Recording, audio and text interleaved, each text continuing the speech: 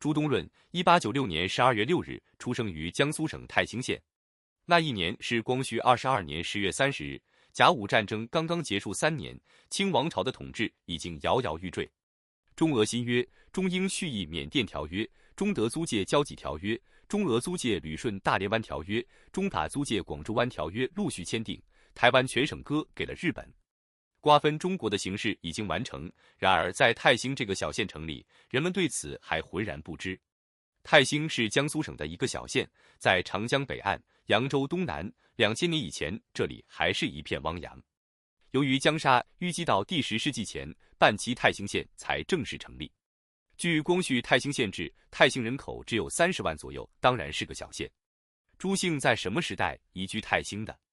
据朱氏宗谱记载，南宋初年左都御史朱保明看到当时统治者对外屈服，跨马渡江，来到泰兴下马一看，原来是一匹泥马。这个传说未必可信，但朱姓人家在泰兴繁衍生息，却已是不争的事实。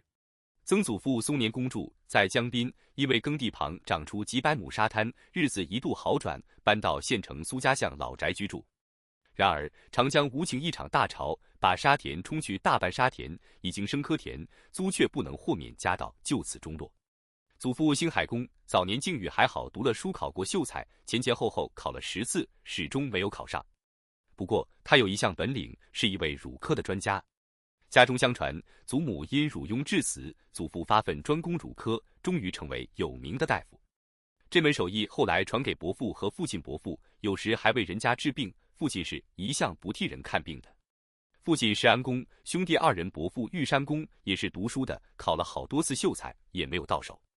那时秀才的正式名称是县学生通过考试，就算是县校的学生了。考试就是做八股，从4书里出题目，做破题成题起，讲以下便是8笔。从县学生进而为举人进士，这是一条做官的大道。然而这条路对于朱家来说实在太遥远了。祖父和伯父一连遭到挫折，父亲当然不会考虑再走这条路了。他知道自己是迟钝的，更不容选择这条道路。由于3姑母出嫁，最后一点点田地也作为庄连田过了户，父亲改了行，去一家茶叶店担任售货员。然而2位再从兄弟并不是经营能手，在倒闭的边缘上挣扎了几个反复以后，终于失败。父亲失业了，小小的县城里容不了几盘茶叶店，一家大小5口吃饭就是一个问题。就在这一年10月的最后一个深夜里，朱东润出事了。那年父亲母亲都是41岁，大哥20岁，二哥12岁，三哥10岁。一盏昏暗的油灯投下深沉的阴影，产婆把婴孩收拾干净以后，包扎停匀，扔在方砖上，给他第一次锻炼。泰兴的风俗是这样的，婴孩出生要在方砖上躺1天1夜，据说为了孩子的健康起见。母亲从分娩的昏沉中苏醒过来，一眼看到躺在方砖上的婴孩，挣扎着和父亲说：“兴宝爹，把孩子递给我，他在地下躺得太久了。”兴宝是大哥的小名，小地方的夫妇通常是带着孩子的小名相互称呼的。当伯父问起可曾给孩子起名的时候，父亲说了一句让人心酸的话。他说：“大哥，你看一家5口，现在是一家6口了，凭什么活下去？这不是完了吗？孩子就叫做完了吧。”伯父连忙说：“这怎行呢？哪能给孩子一世背上这个名字呢？我看我家2个男孩，你家4个，这个孩子就叫做66吧。”由于伯父的规戒，朱东润才不致背上了完了的名称，而要在一生中挣扎向前，争取自己的前途。这是父亲给他的第一个教训，也是命运给他的第一个转折。一个名字就这样定了一个人一生的方向。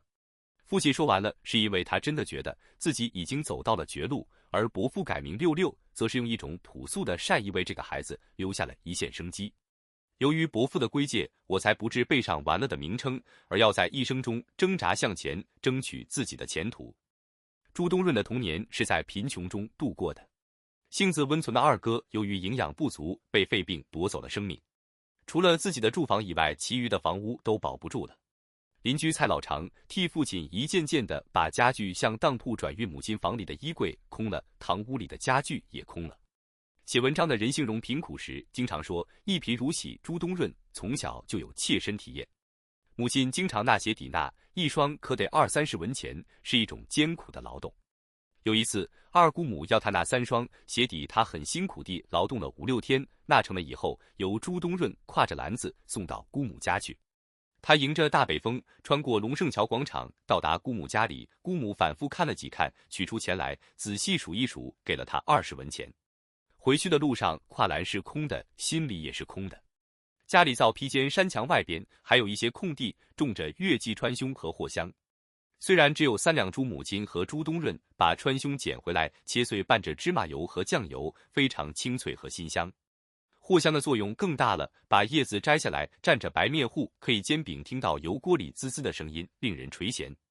父亲每天一早就要出去散步，母亲趁着父亲不在的时候，拖着朱东润的辫子去上学。有一次，父亲正好在家，看到母亲拖着孩子的辫子要拖过半条巷子，他喊了一声：“不用拖了，孩子，不准备考状元呀。”这句话对于朱东润实在是一种教育，是要他在一般人拼命向上爬的时候停下一步，这对于他的一生有着重大意义。1904年，泰兴办起了第一所初等小学，那时称为蒙学堂。用的课本是无锡2等小学编印的老师写在黑板上，孩子们便照抄。第一课是我生大清国，我为大清民。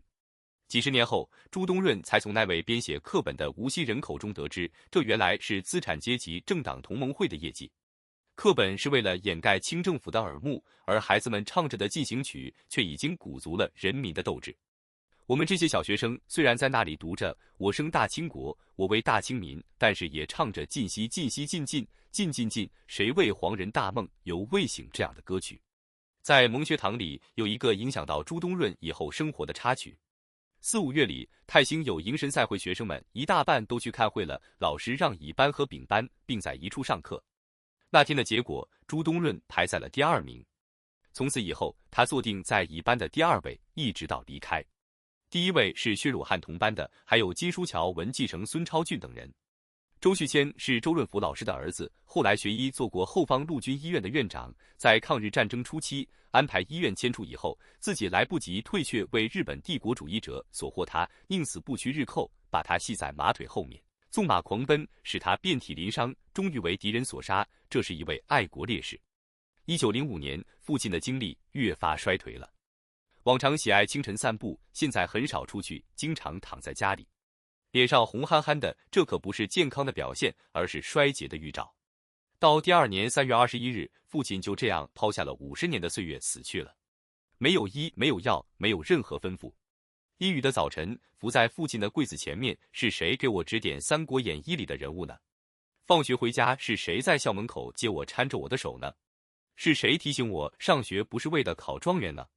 一切都感到空虚，都是那样地没有着落。父亲去世以后，大哥在家做主赊了一口335的棺木，把父亲并殓了。棺木是赊下的，到第7天还得开掉亲戚送礼，当然也得招待。尽管我家已经精穷招待，是不能没有的，僧人的斋事也是不能没有的。大哥的办法是请会由7家亲友共同出钱，最后由朱家分年清还。这种方式具有极大的支援意义，请会的人得到支援，参加的会友也没有什么损失。父亲的死亡使家庭成员的思想意识起了一定的变化。母亲从古老的社会过来，讲究3从4德。大哥的地位突然提高，他有时很专横，他的主张是没有人驳回的。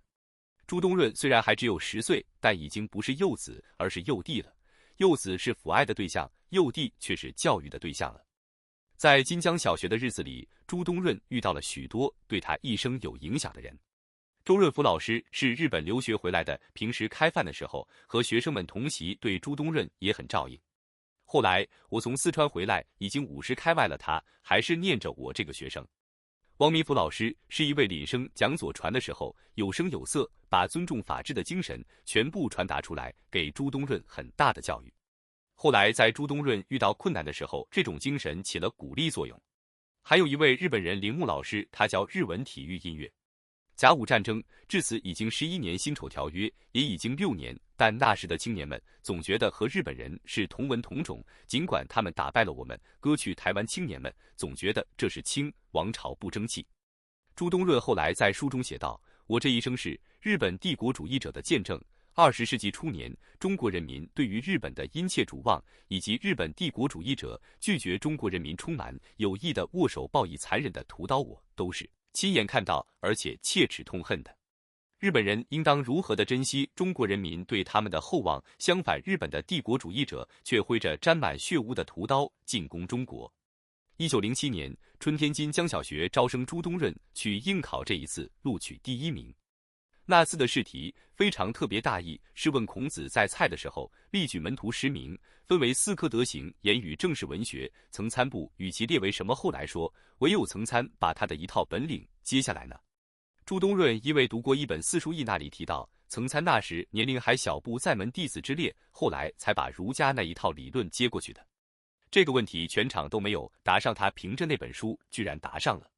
唐老师给朱东润一次深刻的教育，他指出，在得到表扬的时候，千万不要自以为是，个人的前途远得很，要看清道路，奋勇前进，不可自满。这一场教育好比是一盆冷水，淋得我浑身颤抖。但是冷水的后面是满腔热情，是要我不断提高，不能满足于一些浅薄的成就。沈老师说，这座小学像一座模范监狱，意思是说，老师的眼睛绝不放过任何缺点，但是在他们看到某些缺点，或是有出现缺点的可能时，他们随时会给你指出来，想尽一切办法给你帮助。辛亥革命那一年，朱东润正在上学，武昌起义的消息传到上海，上海也动了。父亲生前曾经说过，不准备考状元这样的话，这其实是在旧时代里一种难得的清醒。在那个万般皆下品，唯有读书高的年代，父亲没有逼着孩子去走科举的老路，而是让他自由生长，这种开明的态度在当时是极为罕见的。朱东润后来成为了著名的文学史家和传记文学作家，他的人生轨迹从那个取名叫完了的婴儿，开始经历了一贫如洗的童年，经历了父亲的早逝，经历了时代的巨变。他用自己的笔记录了这段历史，也记录了那个时代普通中国人的苦难与挣扎。他写了大量传记文学作品，为中国现代传记文学的发展做出了重要贡献。他研究了大量古代人物传记，从《史记》到《汉书》，从《三国志》到《新唐书》，他用现代的眼光重新审视了这些经典著作，为中国文学史留下了宝贵的遗产。朱东润后来在南洋公学附属小学读书的时候，唐老师给了他一次非常重要的教育。唐文治老师是太仓人，字谓之，在桐城派古文方面有切实成就，特别在文论方面有独到的看法。每星期日上午，他在大礼堂召集部分学生讲授古代散文。他从来没有给学生们解释字句，也从来没有说这篇文章好在哪里，为什么要读它，只是慷慨激昂的或是低回婉转的读几遍，然后领着我们共同朗诵。这种教育方式给了朱东润极大的启发。1910年夏天，朱东润从南洋公学附属小学毕业了。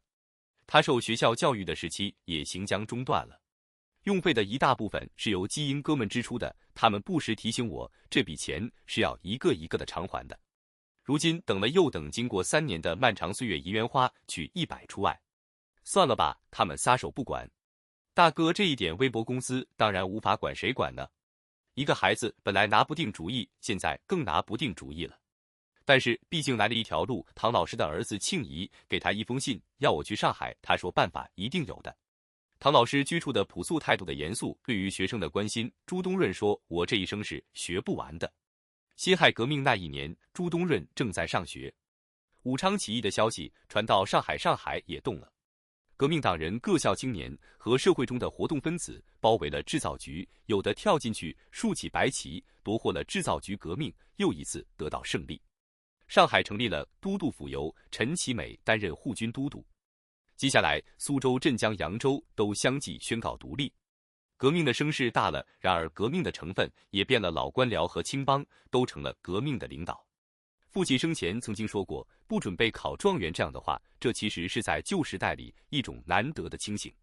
在那个万般皆下品，唯有读书高的年代，父亲没有逼着孩子去走科举的老路，而是让他自由生长，这种开明的态度在当时是极为罕见的。泰兴县里有一位退居的翰林公，每年年初到各点所供的财神老爷前面磕一个头旗任务，只有在各点出了问题的时候，和知县官去通通生气，给当铺一些好处，因此他的工作成为磕头饭。这样的旧时代正在被革命的浪潮所冲刷。朱东润后来成为了著名的文学史家和传记文学作家。他的人生轨迹从那个取名叫完了的婴儿开始，经历了一贫如洗的童年，经历了父亲的早逝，经历了时代的巨变。他用自己的笔记录了这段历史，也记录了那个时代普通中国人的苦难与挣扎。他写了大量传记文学作品，为中国现代传记文学的发展做出了重要贡献。他研究了大量古代人物传记，从《史记》到《汉书》，从《三国志》到《新唐书》，他用现代的眼光重新审视了这些经典著作，为中国文学史留下了宝贵的遗产。一个人的命运，往往在他自己还不知道的时候就已经被决定了。但是命运给你的名字是完了，并不意味着你的人生就此终结。朱东润用他的一生证明，真正的力量不在于你出生时得到了什么，而在于你在成长中如何面对困难。父亲的那句不准备考状元，给了他一种超越时代的眼光；伯父的改名给了他活下去的勇气；母亲的那鞋底给了他最朴素的人生教育。在得到表扬的时候，千万不要自以为是。沈老师的这句话贯穿了朱东润的一生。这些看似微不足道的事情，却在一个孩子的心里种下了坚韧的种子，最终长成了一棵参天大树。